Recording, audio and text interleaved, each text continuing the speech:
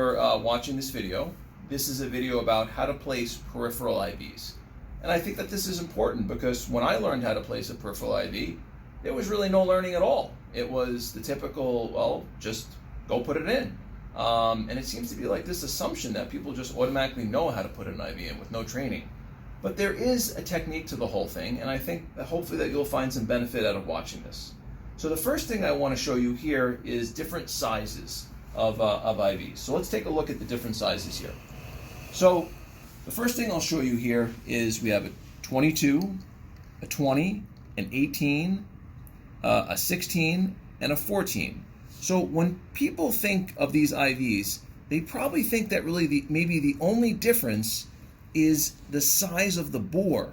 So this is the 22, which is the smallest bore here, whereas compared to the 14, and this is the largest bore.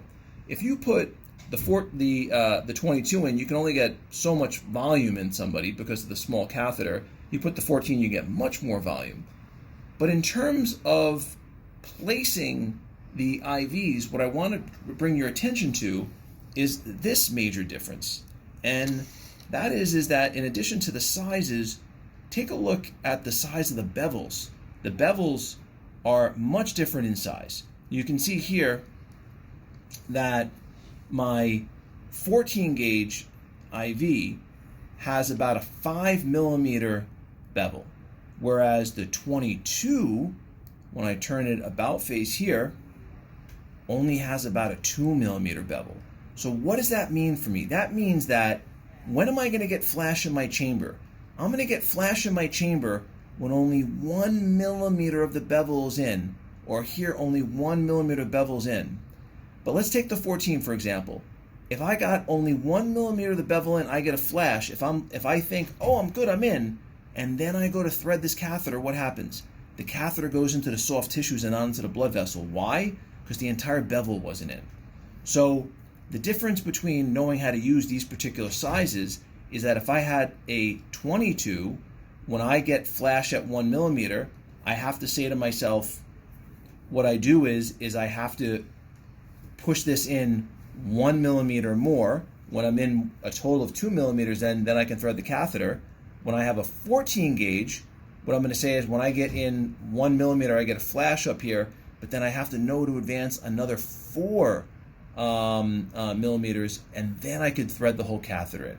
So let's now take this over to our model and see what this would look like in terms of our model, in terms of the practicality of placing this. So here I'm going to take my 14 gauge just for demonstration, and here we're going to see really kind of excellent veins. But even someone with excellent veins here, they're a bit tortuous, and I don't want them to be tortuous because that makes it difficult to get the IV in a straight way.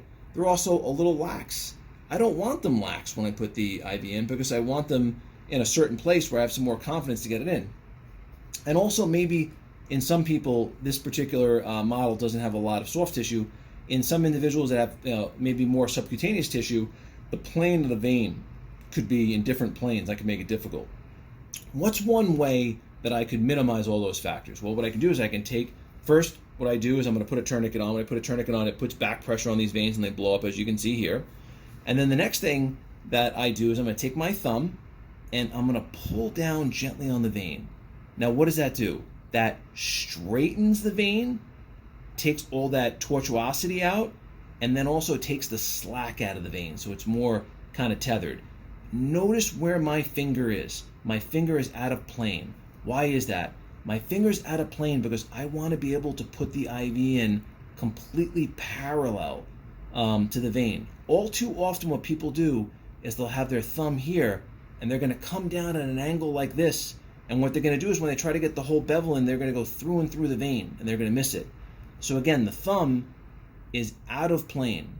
So then here what I do is I start, I advance 1 millimeter, I get a flash. I know that this is a 14 gauge IV, so it's a 5 millimeter bevel. So then I have to advance another 4 millimeters to get the entire bevel in. Once I know my entire bevel is in, then I advance my catheter, then I'm in, and then we're done. And that's how to do a peripheral.